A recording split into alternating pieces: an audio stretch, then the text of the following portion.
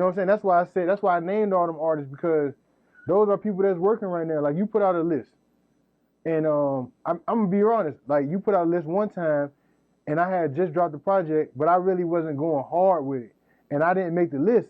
I didn't get mad. And I'm a fuck Glass up. I didn't get mad. I didn't goddamn. I want no shit. I just was mad to myself. I didn't ever even voice it out loud. But then I sat back and I had to think, like, why wasn't I on this nigga list? And it was because I wasn't working. I wasn't making myself visible. And somebody else made a list and it was the same thing. And it wasn't because... But that's big that you say that. You know why? Because you can say, you can accept, like, as an artist, you taking that accountability to say, like, I wasn't working as hard as I'm thinking I'm working. Accountability is huge, man, with anything. You have to take... Because you have to figure out, why is this person treating you this way? Why are you being treated the way that you dislike? You know what I'm saying? And most times, I'll just ask you, you know, we both artists, but why do artists get so upset? You know, you could tell me, but like, sometimes these people, like, you know, bloggers, influencers, A&Rs, they be wanting to mold you and help you grow. So it's like, I don't think, you know, people be understanding that as well. If they give you everything, you ain't gonna know how to cherish that shit. And that's what man, this has been a humongous growing process for me, because people look at the industry like, give, do this for me, give. And you have to be doing this on your own so you can understand not how to get yanked around. Right. Because these people are telling you every day they've been yanked around.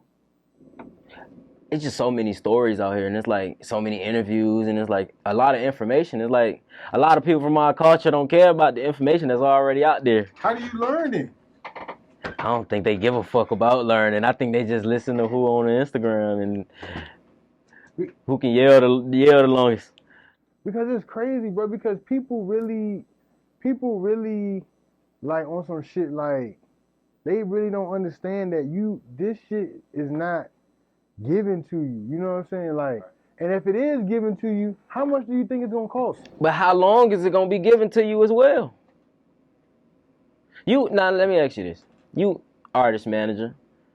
Now I was watching your Dirty Glove after the interview, and I'm like, I could tell they really picked that energy up from you.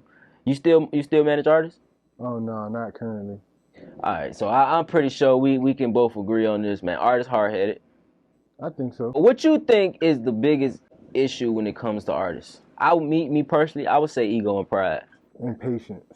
Those three things. Say patience? Ego, pride, and patience.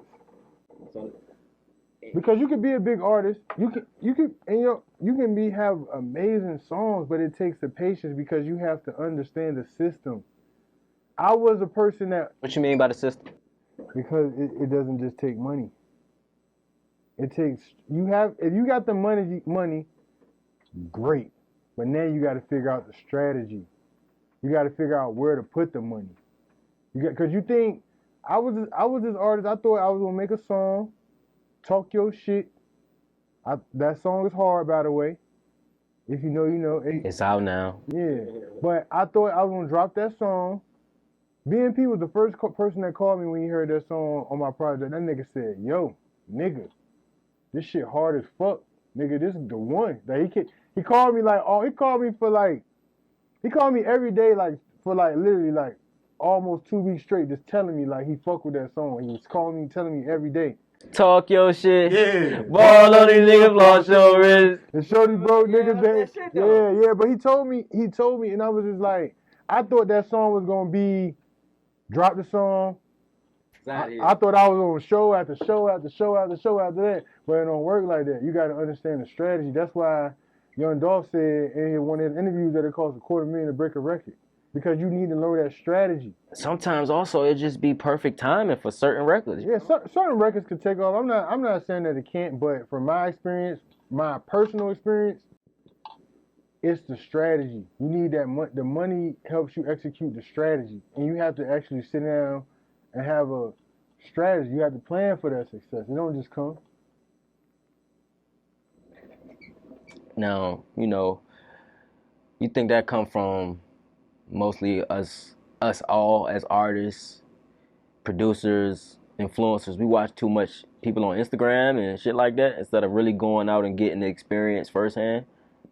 I just think that they made music so everyday average Joes are getting on with music. So now it make you feel like it's accessible. I tell people this all the time. Like 66,000 songs drop a day from our demographic. What you doing that's gonna be better than 60 with, you know what I'm saying? 65, 99. What's better? I don't know. You gonna have to figure something out for you to separate yourself. You gotta separate yourself. That's why it's important to read, because reading teaches you, like, the people who read, you automatically are a level, automatically are a step ahead of the people, because you gotta think, if I'm reading every day and trying to accomplish my goals and reading books about the goals that I'm trying to accomplish, you ain't reading this, so it's not like, now I know this much more than what you know. Like, marketing is a big. Believe it or not, a lot of motherfuckers can't read. I ain't gonna lie, man. When I was growing up in school, man. Shit. No, hell no, nigga. You can read? Math was my weak point. Reading and history and shit like that was my strong suit. Like, math was like, I ain't really wasn't good at math till I started actually like making like money. You know what I'm saying? But count some motherfucking money though. But math at the time I couldn't do it. I failed geometry twice. Yeah, but since I've been teaching my son math, man, it's just like, man, math ain't really hard. You know what I'm saying? It's just I didn't really give a fuck about learning.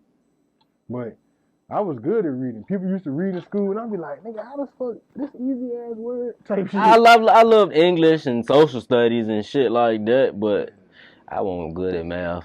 Fuck it. Kids go to school. That's why I went to school for psychology. Well, I didn't even know what I was in school for at first, but when I found out I was in school for psychology, it was like, oh shit, nigga, you got a real degree. Right.